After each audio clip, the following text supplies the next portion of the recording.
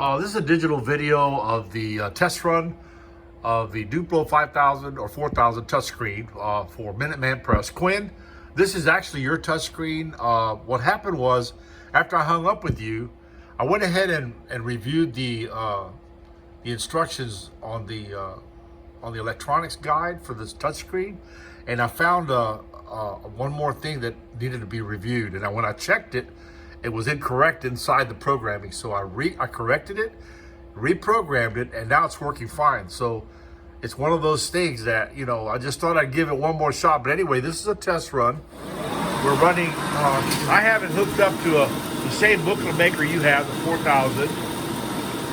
And this is a machine that we use strictly for testing PC boards, touch screens, touches, things like that.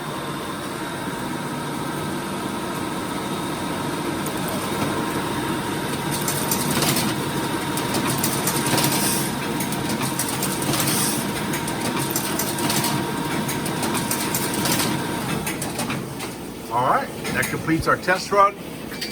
All of the other features are working.